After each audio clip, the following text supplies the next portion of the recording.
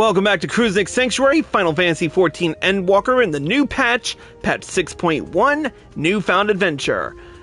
Last episode,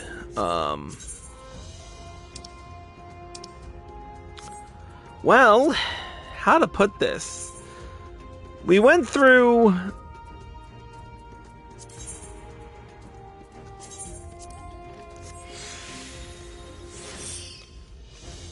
We got through Azadal's legacy and discovered a real working voidgate at the end of this, thanks to Vritra.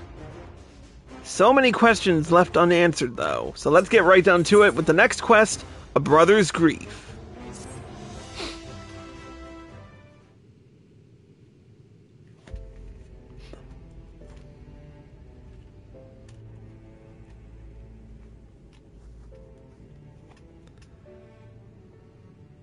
I must admit, I am deathly curious to know how a voidgate came to be hidden in the depths of these ruins.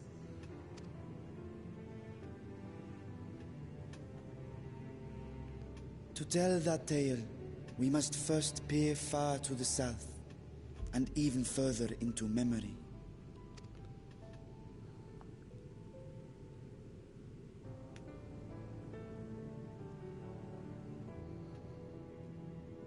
An age 5 millennia passed when the Algan Empire sent an invading force to the shores of Mericidia. The southern people rallied around the commanding figures of Bahamut and Tiamat and fought fiercely to repel the would-be conquerors. With Bahamut's defeat, however, the tide turned against them. Desperate to seize any advantage, the Mercidians resorted to summoning primal entities. In response, Emperor Zande forged a covenant with the Cloud of Darkness, sovereign among the all-devouring denizens of the Void. Thus bolstered by icons on one side and Void Scent on the other, the two armies clashed in a battle of unspeakable carnage. So much death, so much loss.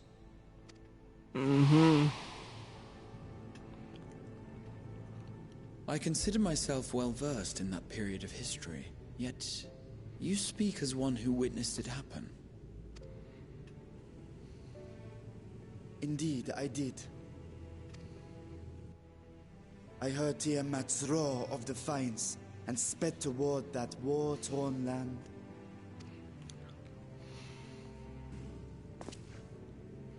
Along with my sibling, Ashdaya.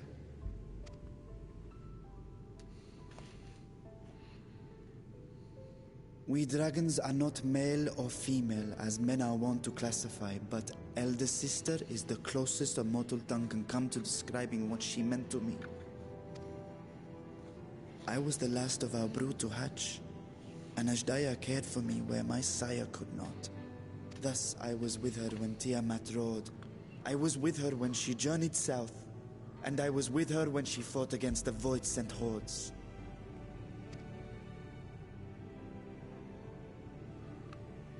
Yet no matter how many of their vile fiends we cast down, more rose from the abyss to take their place.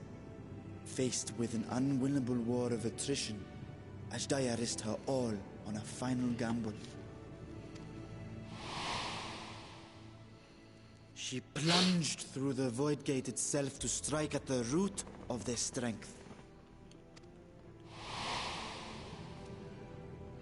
Well, sheet. I tried to follow in her wake, determined to lend what aid I could. But even as I came upon Alag's glittering tower, I saw the rift close behind her. And Ashdaya has been lost to us ever since. I find I must retract my earlier claim of historical knowledge.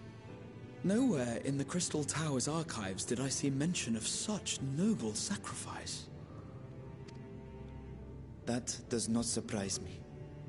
To Allagan eyes, it must have seemed as if a lone dragon, driven to madness, simply dove through the gate and did not return. For my part, I spent long years searching for the means to reunite with Ashdaya. until I could search no more, until Alag was dust, and the art to open a void gate large enough to accommodate a dragon forever lost. Yet you have the beginnings of a gate right here, under the control of a harnessed device. My discovery came before Radzat was founded. Though I scoured the lands for a method to cross the rift, it was beneath the sea that I chanced to find a natural planar fissure. It was, however, far too narrow to admit a worm's bulk. Only after our city rose upon the rock, and I could enlist the aid of our talented alchemists, did matters take a favorable turn. Their dedication was beyond reproach. Tirelessly they worked to expand the fissure, and after decades of toil, it finally grew to a size that a child might pass through.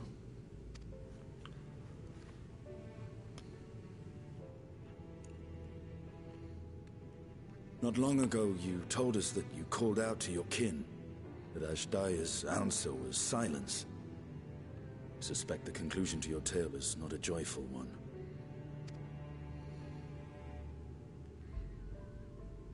With hope in my heart, I used a simulacrum to cross the threshold. But no, I did not find her. What I found was a host of void scent, clamoring around the opening they had sensed. 'Twas but a moment, but enough.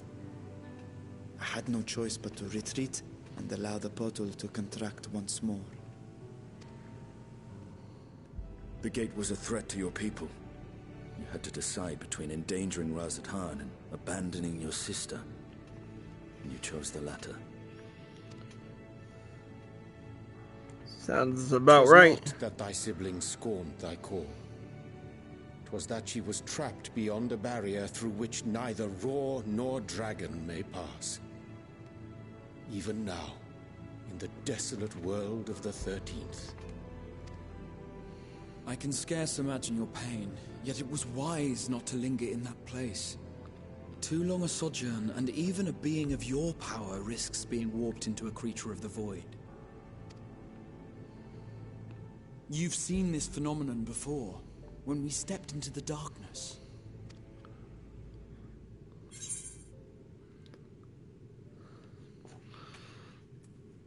I remember when Nero turned purple. Turned purple? Well, yes. His wounds had allowed the void's corruption to enter his body and twist his ether. Had it been allowed to progress much longer, I presume he would have been fully transformed. And Nero's a trooper. Then there is little hope for Ashdaya. Ah, no. I hadn't meant to.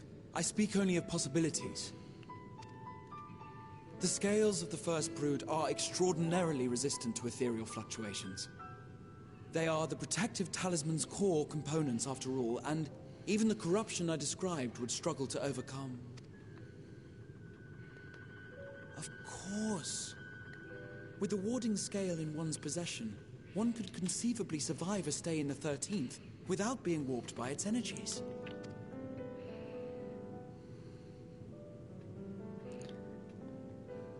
Be that as it may, it is too late to rescue my sister. 5,000 years too late.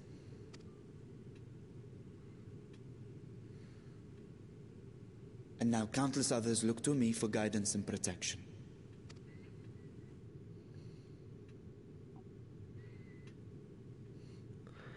Urianger is not satisfied with that. So when I sensed intruders in the ruins, I came only to ensure that the gate remained closed. That, and to secure the treasure, of course.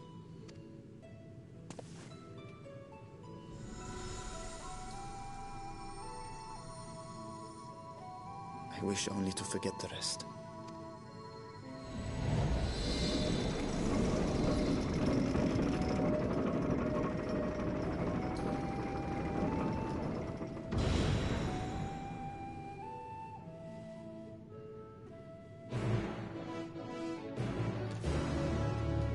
Yeah, I don't think Y'shtola's satisfied with that either.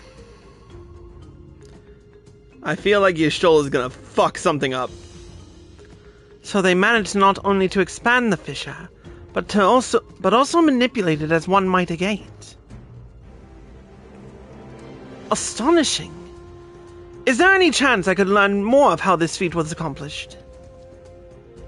I will tell you what I can. First, however, I must return to the High Crucible and arrange to replace the Guardians you so handily destroyed. It will not do to leave the gate undefended. My apologies. We were perhaps a touch zealous in our rush to uncover the vault's secrets. If the constructs can be repaired, we would be happy to offer our assistance. That will not be necessary. Much as I retain spare vessels for myself, we keep duplicate Guardians on hand for such eventualities. In any case, we should return to Razatan.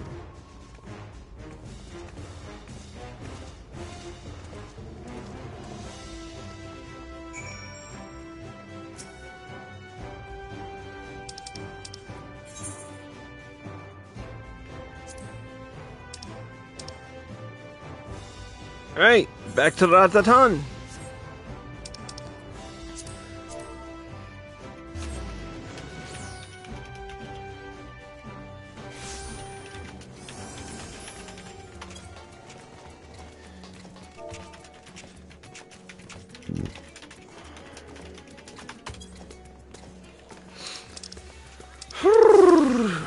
High Crucible.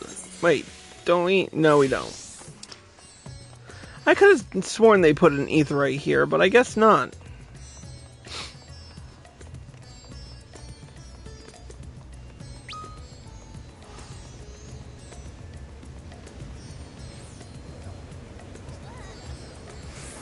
Ah, there's everyone. Alright.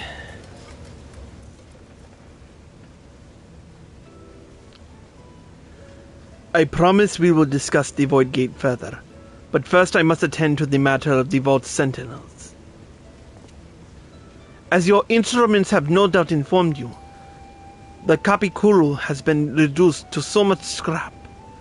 Please bring a new one out of storage, and see that it is conveyed to its post along with some few lesser constructs. Was it tomb robbers? Fiends born of the Tower of Zot? By the sisters, do not tell me a blasphemy yet roams free!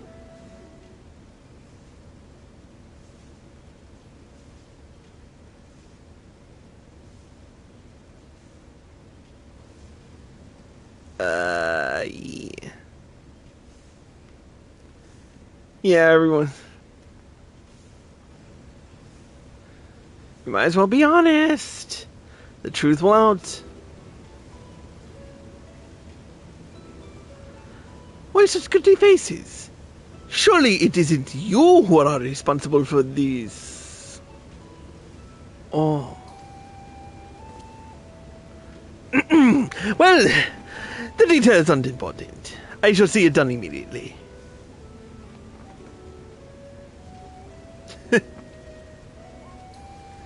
Yeah, we kind of broke everything. And with that, the vault will soon be secure once more. Now, I believe you had questions. Quite a few, in fact. But I'd like to begin with the gate itself. It is still functional, yes? Indeed. Which is why I saw it sealed within an alchemically forged block and warded with many magics. Such power must not fall into the wrong hands. In truth, the primary reason for the vault's construction was to keep the gate hidden from the outside world. So much effort for such a little door. That little door you speak of leads to an abyss teeming with unspeakable horrors. That said, in its current state, it would admit only the lowliest of void sent, and from this side, no man would be able to pass through. No man? I should think Alphino would fit, given a firm enough push. Physical size is only one consideration. The true restriction hinges upon the etheric density of the soul in transit. And yet you succeeded in expanding this diminutive portal and sending your simulacrum to the 13th. Thanks to my brilliant alchemists. I should have destroyed the anomaly when I found it, but instead I bade them devise a means to control it. After much experimentation, they accomplished the impossible. A method was conceived by which my magics could manipulate the fissure and transform it into a serviceable gate. But the process has long since been forgotten. Once I had given up searching for Ajdaya, there was no need to preserve such esoteric and dangerous knowledge. Thus has the gate lain dormant, for years untouched. Our own passage to the 13th was made relatively simple thanks to the Crystal Tower.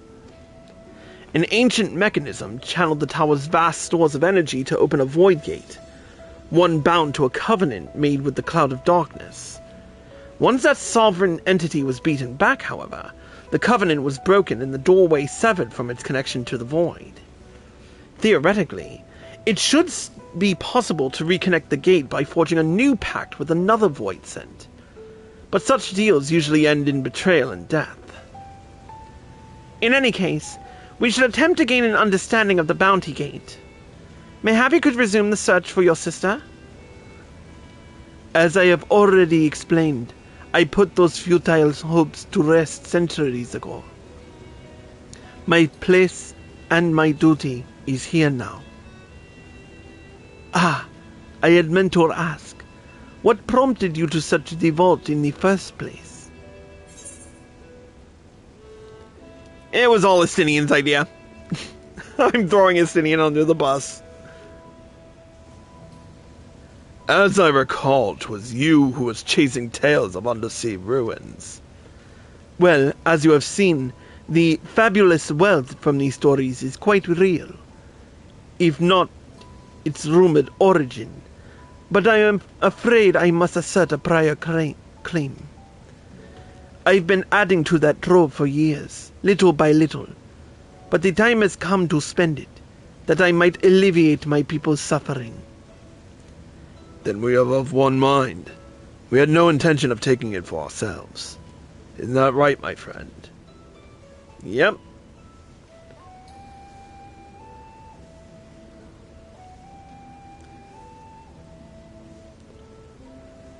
Your Excellency, would you object if I were to conduct a closer examination of the gate? I will make no attempt to open it, of course. I owe you and yours a debt that can never be repaid. Whatever boon you ask of me, you shall have it. You are most gracious. I shall take full advantage of your permission. Would that I could join thee in thy study, but the Loperites will be anxious to receive my report. I beg my leave of you. And I must be off to Charlian as well. Mistress Cryo was eager to speak with you about that request, so please, come back to the Annex as soon as you are able. Farewell for now.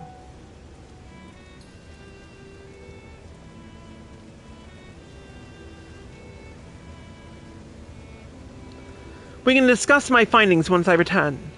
You'll not be rid of me so easily. Sounds good to me.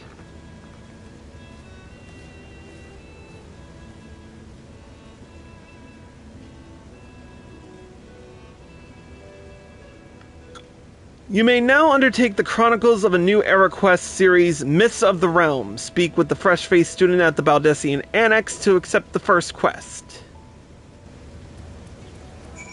Yeah, that's great and all, but I'm not doing that. We're going to take a quick break. We're going to see how much we can get through in the next 15 minutes, and we will see.